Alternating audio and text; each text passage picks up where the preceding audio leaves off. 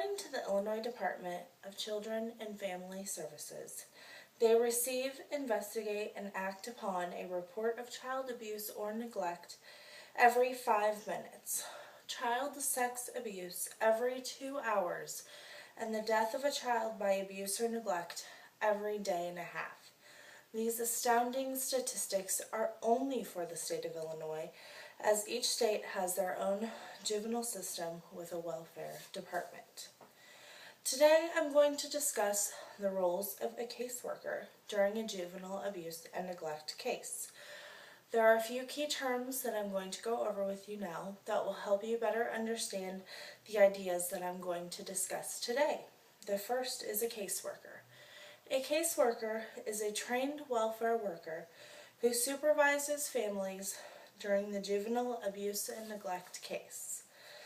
A juvenile abuse and neglect case is a case not necessarily involved in formal court proceedings where harm to a child that is caused by a parent or caregiver is taken care of and watched over by these agencies. There are two main categories for abuse and neglect cases. The first is an injurious environment, and the second is an injurious act to a child. Another helpful definition is the definition of DCFS and CPS. In Illinois, the Child Welfare Department is called the Department of Children and Family Services. Other states' agencies like this are referred to as Child Protective Services. For the purpose of my speech today, I'm from Illinois, so I will be using the Department of Children and Family Services. These are all government welfare programs that act to protect children. An intact case is a case which is investigated but not referred to a court system. Typically, these cases often make up a group of families with no prior involvement or major neglect indicators. Cases referred to the court system are actually far more frequent and often very serious. The courts help to ensure that the parents are doing their services and that children are protected. The goal of all agencies and their staff is to keep families together and provide a safe environment for each and every child. Another goal of these types of agencies is to reunite families that have been separated. I have chosen this topic for a couple of reasons. The first is that I've done extensive research, as this is my ideal career path. I've also worked for an attorney who specializes in juvenile abuse and neglect cases and seen many sides of this field. It is important to talk about these types of cases and those who provide support for the families, such as caseworkers, because of a bad stigma that surrounds the same. I hope I can share with you more information about caseworkers and what they do for families who are in need of the services of a child welfare department. I also hope that I can help reduce the bad stigma of these cases, agencies, and sometimes caseworkers. Throughout my speech, I will use an example of a family involved in the juvenile system. The Smith family is an intact family who was involved with DCFS after Mrs. Smith was pulled over for a DUI one day after work with her 2 children in the car. Her family's caseworker, along with the investigator and her supervisor, made the decision not to refer the case to the court system for formal proceedings. Of course, this is not a typical outcome, just a simple one to help explain my points.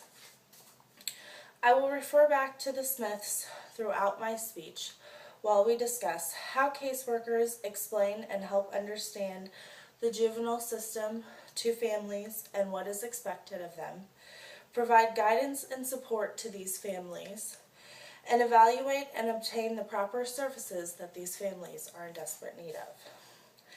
Let's begin with how a caseworker can help families better understand the court process. Caseworkers serve many roles. One of those roles is to help families understand the court process so that they better understand what is expected of them and what kind of things that they will experience while the pendency of their case. Navigating the juvenile system can be very overwhelming to those who are not familiar with the same. Parents and families can get a better idea of what is expected from them from their caseworker. When parents understand what changes are expected of them, they can meet these expectations and complete the services needed to have their children returned to their care. Back to the Smith family. A caseworker in this situation would introduce the Smiths to how DCF works and what will happen in their case. The caseworker would also explain to Mr. and Mrs. Smith what will be expected of them to do throughout the pendency of the case. Caseworkers may also provide information such as packets, helpful websites, and support systems where they are available. The next role we will discuss is providing guidance and support. Providing guidance and support to families is another crucial role of caseworkers during a juvenile abuse and neglect case. Caseworkers can navigate the system in a way that has the most direct effect on their clients. Having the same caseworker throughout the process is also helpful to families as it provides them with stability. Ryan, Gardner, Zephyr, and Zai report that a study done by the University of Illinois School of Social Work found that families associated with only one caseworker were significantly more likely to be reunited at the pendency of the case. According to the U.S. Department of Health and Family Services, providing positive support to families by caseworkers that these families might not otherwise have can have a huge positive effect on reuniting families. Another part of providing support is to help the families build their own support system so that when a caseworker is done with the case, these families are not lost without them. If we reflect back on the Smith family, the caseworker would help the family understand the reasons that they became involved with DCFS. The caseworker would also provide encouragement to the parents to help them make the best decisions for their family.